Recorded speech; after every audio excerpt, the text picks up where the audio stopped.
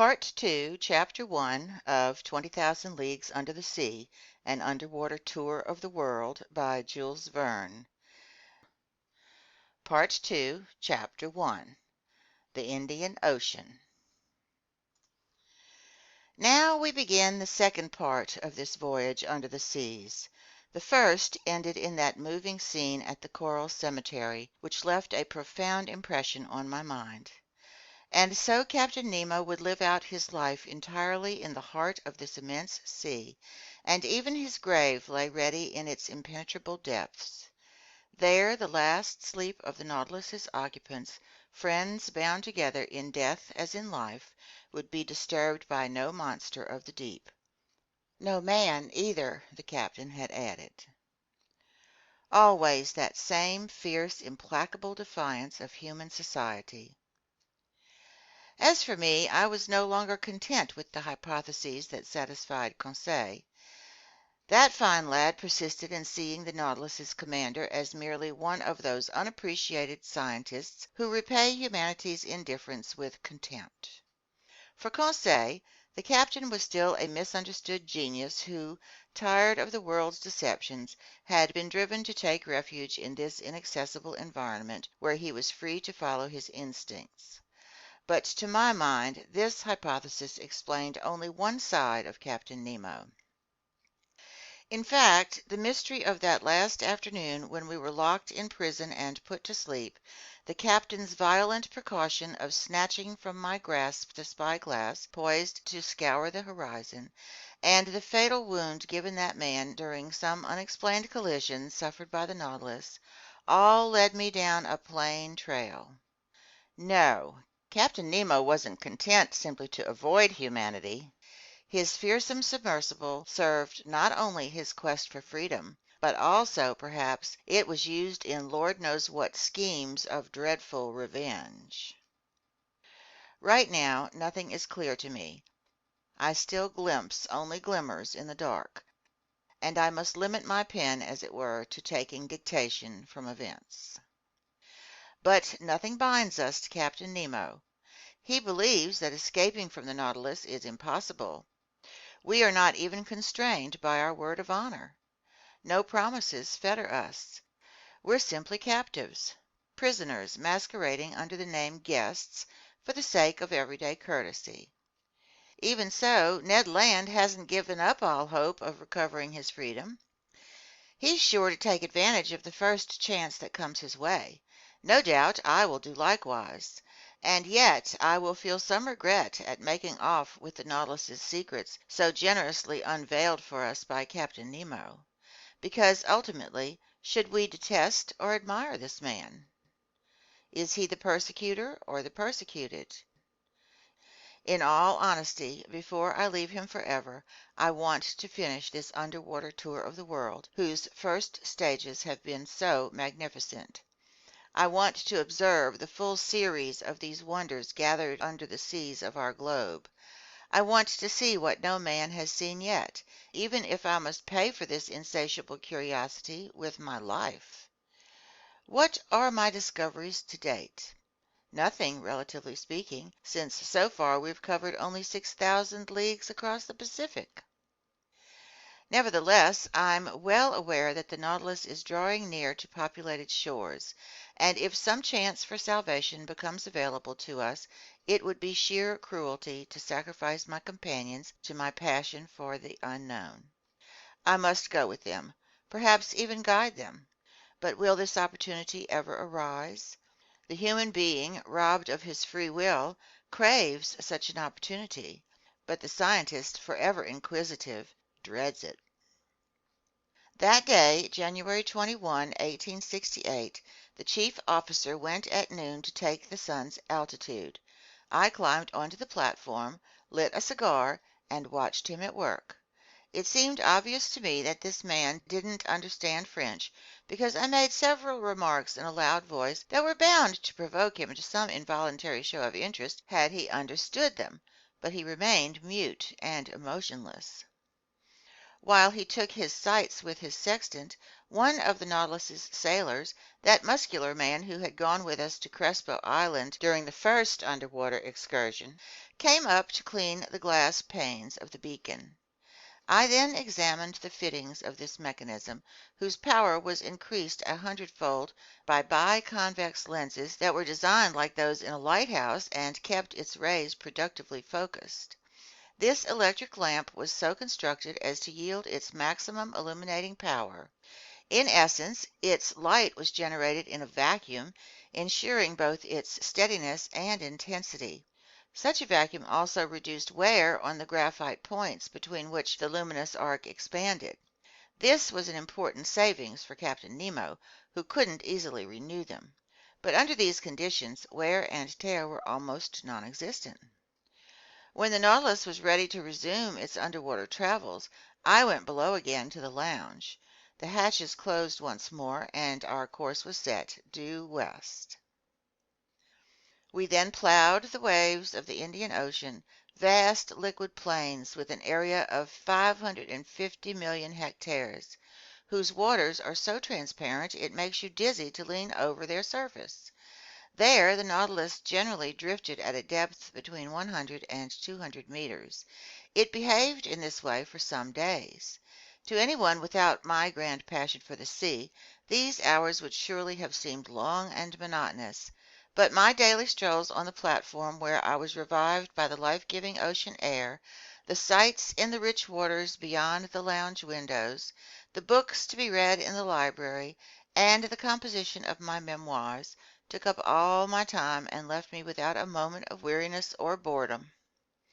All in all, we enjoyed a highly satisfactory state of health. The diet on board agreed with us perfectly, and for my part, I could easily have gone without those changes of pace that Ned Land, in a spirit of protest, kept taxing his ingenuity to supply us. What's more, in this constant temperature we didn't even have to worry about catching colds. Besides, the ship had a good stock of the madrepore Dendrophilia, known in Provence by the name sea fennel, and a poultice made from the dissolved flesh of its polyps will furnish an excellent cough medicine. For some days we saw a large number of aquatic birds with webbed feet, known as gulls or sea mews. Some were skillfully slain, and when cooked in a certain fashion, they make a very acceptable platter of water game. Among the great wind riders, carried over long distances from every shore and resting on the waves from their exhausting flights, I spotted some magnificent albatross, birds belonging to the Longipennes long-winged family, whose discordant calls sound like the braying of an ass. The Totipalmes fully webbed family was represented by swift frigate birds, nimbly catching fish at the surface, and by numerous tropic birds of the genus Phaeton, among others the red-tailed tropic bird, the size of a pigeon, its white plumage shaded with pink tints that contrasted with its dark-hued wings. The Nautilus's nets hauled up several types of sea turtle from the hawksbill genus, with arching backs whose scales are highly prized. Diving easily, these reptiles can remain a good while under water by closing the fleshy valves located at the external openings of their nasal passages. When they were captured, some hawksbills were still asleep inside their carapaces, a refuge from other marine animals. The flesh of these turtles is nothing memorable, but their eggs make an excellent feast. As for fish, they always filled us with wonderment when, staring through the open panels, we could unveil the secrets of their aquatic lives. I noted several species I hadn't previously been able to observe. I'll mention chiefly some trunkfish unique to the Red Sea, the Sea of the East Indies, and that part of the ocean washing the coasts of equinoctial America. Like turtles, armadillos, sea urchins, and crustaceans, these fish are protected by armor plate that's neither chalky nor stony, but actual bone.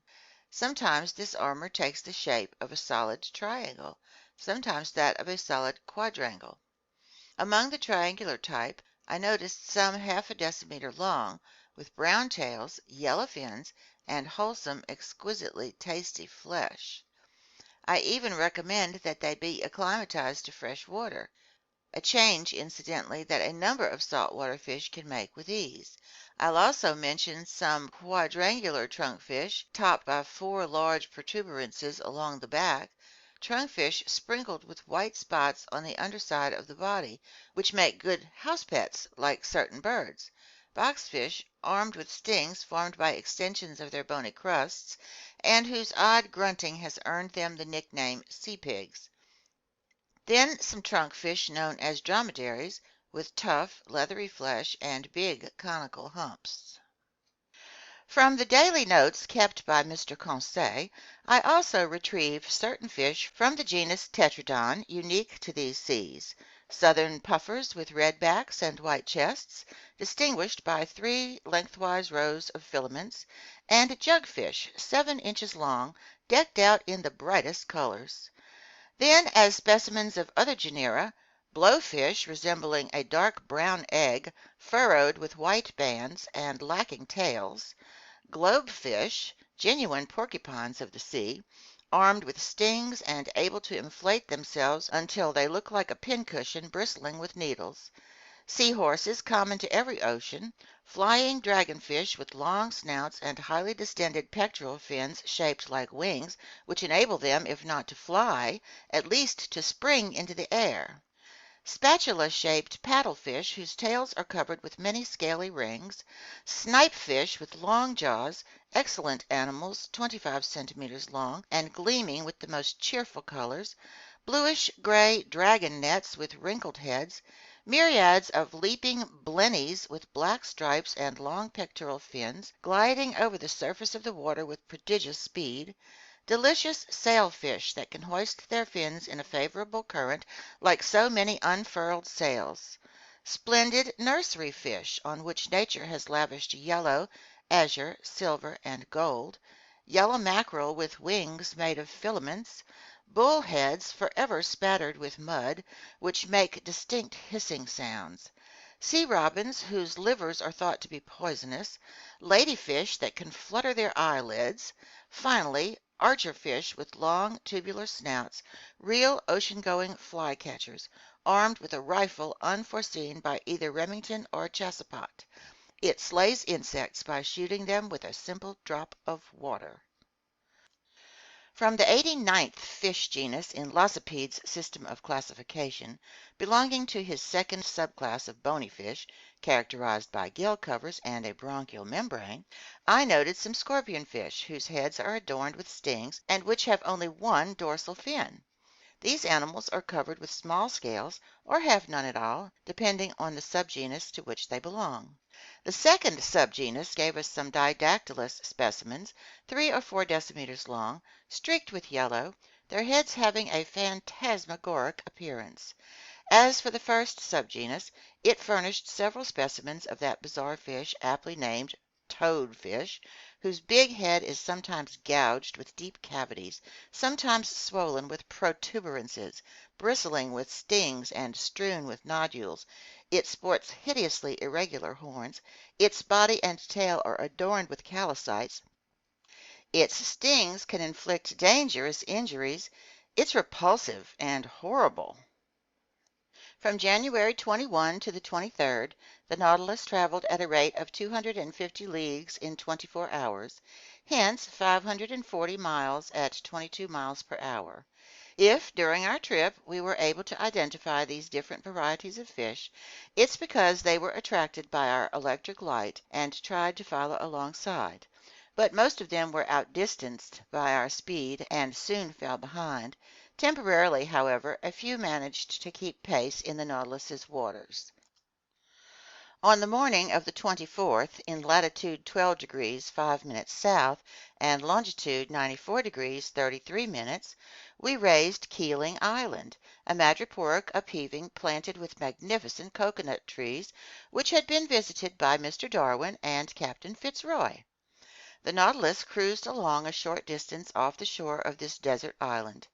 Our dragnets brought up many specimens of polyps and echinoderms, plus some unusual shells from the branch mollusca. Captain Nemo's treasures were enhanced by some valuable exhibits from the Delphinula snail species, to which I joined some pointed star coral, a sort of parasitic polypary that often attaches itself to seashells. Soon Keeling Island disappeared below the horizon, and our course was set to the northwest, toward the tip of the Indian Peninsula. "Civilization," Ned Land told me that day. "Much better than those Papuan Islands where we ran into more savages than venison. On this Indian shore, Professor, there are roads and railways, English, French, and Hindu villages. We wouldn't go 5 miles without bumping into a fellow countryman. Come on now. Isn't it time for our sudden departure from Captain Nemo?" "No, no, Ned," I replied in a very firm tone. "Let's ride it out, as you seafaring fellows say. The Nautilus is approaching populated areas. It's going back toward Europe. Let it take us there. After we arrive in home waters, we can do as we see fit. Besides, I don't imagine Captain Nemo will let us go hunting on the coasts of Malabar or Coromandel, as he did in the forests of New Guinea." "Well, sir, can't we manage without his permission?" I didn't answer the Canadian. I wanted no arguments. Deep down, I was determined to fully exploit the good fortune that had put me on board the Nautilus. After leaving Keeling Island, our pace got generally slower. It also got more unpredictable, often taking us to great depths. Several times we used our slanting fins, which internal levers could set at an oblique angle to our waterline. Thus we went as deep as 2 or 3 kilometers down, but without ever verifying the lowest depths of this sea near India, which soundings of 13,000 meters have been unable to reach. As for the temperature in these lower strata, the thermometer always and invariably indicated 4 degrees centigrade. I merely observed that in the upper layers the water was always colder over shallows than in the open sea. On January 25, the ocean being completely deserted, the Nautilus spent a day on the surface, churning the waves with its powerful propeller and making them spurt to great heights. Under these conditions, who wouldn't have mistaken it for a gigantic cetacean? I spent 3/4 of the day on the platform. I stared at the sea. Nothing on the horizon, except near 4 o'clock in the afternoon a long steamer to the west, running on our opposite tack. Its masting was visible for an instant, but it couldn't have seen the Nautilus because we were lying too low in the water. I imagine that steamboat belonged to the Peninsular and Oriental Line, which provides service from the island of Ceylon to Sydney, also calling at King George Sound and Melbourne. At 5 o'clock in the afternoon, just before that brief twilight that links day with night in tropical zones, Conseil and I marveled at an unusual sight. It was a delightful animal whose discovery, according to the ancients, is a sign of good luck. Aristotle, Athenaeus, Pliny, and Appian studied its habits and lavished on its behalf all the scientific poetry of Greece and Italy. They called it Nautilus and Pompilius, but modern science has not endorsed these designations, and this mollusk is now known by the name Argonaut. Anyone consulting Conseil would soon learn from the gallant lad that the branch Mollusca is divided into 5 classes, that the first class features the Cephalopoda, whose members are sometimes naked, sometimes covered with a shell, which consists of 2 families, the Dibranchiata and the Tetrabranchiata, which are distinguished by their number of gills, that the family Dibranchiata includes 3 genera, the Argonaut, the squid, and the cuttlefish, and that the family Tetrabranchiata contains only 1 genus, the Nautilus. After this catalogue, if some recalcitrant listener confuses the Argonaut, which is acetabulariferous, in other words, a bearer of suction tubes, with the Nautilus, which is tentaculiferous, a bearer of tentacles, it will be simply unforgivable. Now, it was a school of Argonauts then voyaging on the surface of the ocean. We could count several hundred of them. They belonged to that species of Argonaut covered with protuberances and exclusive to the seas near India. These graceful mollusks were swimming backward by means of their locomotive tubes, sucking water into these tubes and then expelling it. 6 of their 8 tentacles were long, thin, and floated on the water, while the other 2 were rounded into palms and spread to the wind like light sails. I could see perfectly their undulating, spiral-shaped shells, which Cuvier aptly compared to an elegant cockle-boat. It's an actual boat, indeed. It transports the animal that secretes it without the animal sticking to it. The Argonaut is free to leave its shell, I told Conseil, but it never does. Not unlike Captain Nemo, Conseil replied sagely, which is why he should have christened his ship the Argonaut. For about an hour the Nautilus cruised in the midst of this school of mollusks. Then, Lord knows why, they were gripped with a sudden fear. As if at a signal, every sail was abruptly lowered, arms folded, bodies contracted, shells turned over by changing their center of gravity, and the whole flotilla disappeared under the waves. It was instantaneous, and no squadron of ships ever maneuvered with greater togetherness.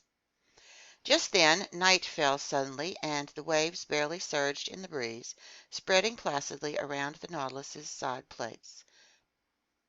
The next day, January 26, we cut the equator on the 82nd meridian, and we re-entered the northern hemisphere. During that day a fearsome school of sharks provided us with an escort, dreadful animals that teem in these seas and make them extremely dangerous. There were Port Jackson sharks with a brown back, a whitish belly, and 11 rows of teeth. Big eye sharks with necks marked by a large black spot encircled in white and resembling an eye, and Isabella sharks whose rounded snouts were strewn with dark speckles. Often these powerful animals rushed at the lounge window with a violence less than comforting. By this point Ned Land had lost all self-control. He wanted to rise to the surface of the waves and harpoon the monsters, especially certain smooth-hound sharks whose mouths were paved with teeth arranged like a mosaic, and some big 5-meter tiger sharks that insisted on personally provoking him. But the Nautilus soon picked up speed and easily left astern the fastest of these man-eaters. On January 27, at the entrance to the huge Bay of Bengal, we repeatedly encountered a gruesome sight. Human corpses floating on the surface of the waves. Carried by the Ganges to the high seas, these were deceased Indian villagers who hadn't been fully devoured by vultures, the only morticians in these parts. But there was no shortage of sharks to assist them with their undertaking chores. Near 7 o'clock in the evening, the Nautilus lay half submerged, navigating in the midst of milky white waves. As far as the eye could see, the ocean seemed lactified. Was it an effect of the moon's rays? No, because the new moon was barely 2 days old, and was still lost below the horizon in the sun's rays. The entire sky, although lit up by stellar radiation, seemed pitch black in comparison with the whiteness of these waters. Conseil couldn't believe his eyes, and he questioned me about the causes of this odd phenomenon. Luckily, I was in a position to answer him. That's called a milk sea, I told him, a vast expanse of white waves often seen along the coasts of Amboyna and in these waterways. But, Conseil asked, could Master tell me the cause of this effect? Because I presume this water hasn't really changed into milk. No, my boy, and this whiteness that amazes you is merely due to the presence of myriads of tiny creatures called infusoria, a sort of diminutive glowworm that's colorless and gelatinous in appearance, as thick as a strand of hair, and no longer than 1/5 of a millimeter. Some of these tiny creatures stick together over an area of several leagues. Several leagues! Conseil exclaimed. Yes, my boy, and don't even try to compute the number of these infusoria. You won't pull it off, because if I'm not mistaken, certain navigators have cruised through milky seas for more than 40 miles. I'm not sure that Conseil heeded my recommendation, because he seemed to be deep in thought, no doubt trying to calculate how many 1/5 of a millimeter are found in 40 square miles. As for me, I continued to observe this phenomenon. For several hours the Nautilus's spur sliced through these whitish waves, and I watched it glide noiselessly over this soapy water as if it were cruising through those foamy eddies that a bay's currents and countercurrents sometimes leave between each other.